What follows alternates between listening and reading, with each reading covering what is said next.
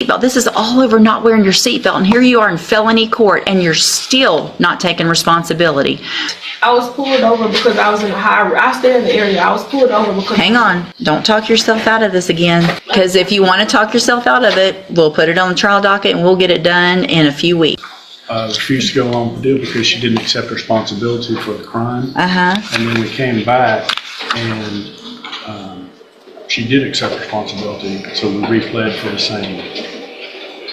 Okay. There was a different attorney involved on the first time when I was appointed. Yeah, she pled in May of last year with full deferred with Tom Burbank.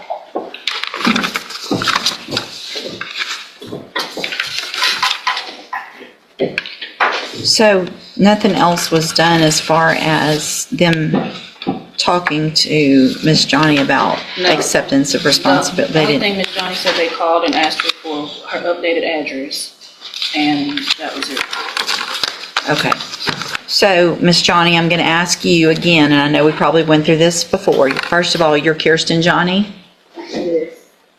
And Miss Johnny, I want to make sure, because in that previously you said you didn't do it, you were forced to do it because of your financial, you were forced to plea because of your financial situation, that it wasn't fair.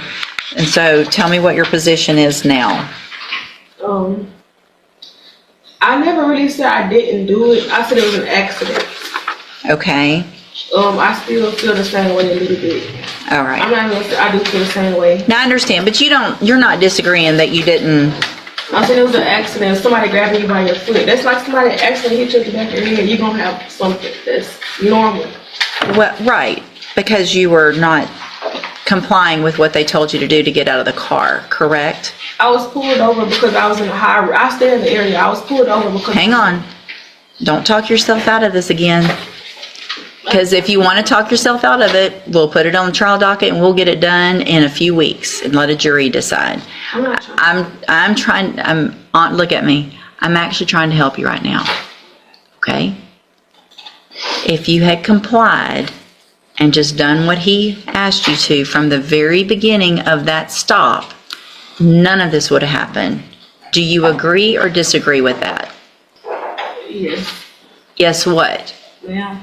No, do you agree? Listen to the question.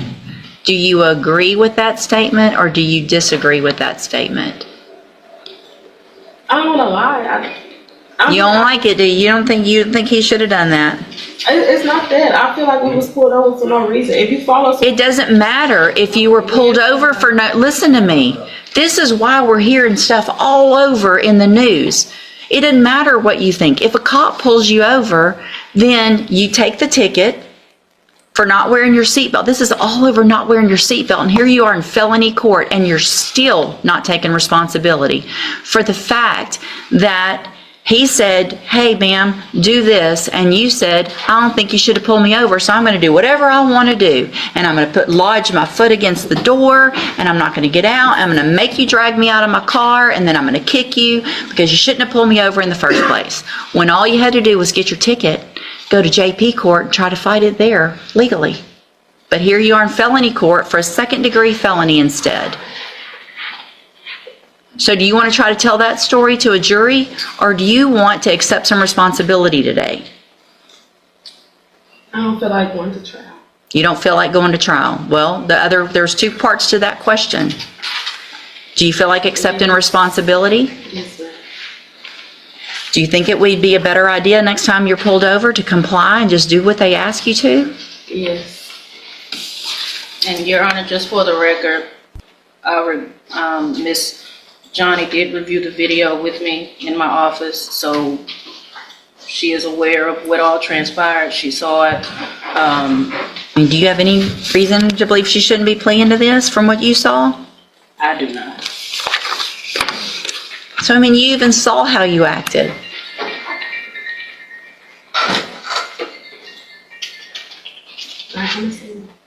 It's probably a good idea. All right. I'm going to find that you previously entered your plea of guilty freely and voluntarily. I'm going to find sufficient evidence to find you guilty. I'm going to follow the agreement that you made with the district attorney. I hope you prove me wrong on this because I really have some concerns that you're going to be able to be successful because you're not taking responsibility and you're not wanting to follow directions and things like that. And you're about to have 4 years of having to follow directions on probation. So I'm going to defer all proceedings for 4 years. You're ordered to pay a $500 fine. You're ordered to follow all of the rules and conditions of probation.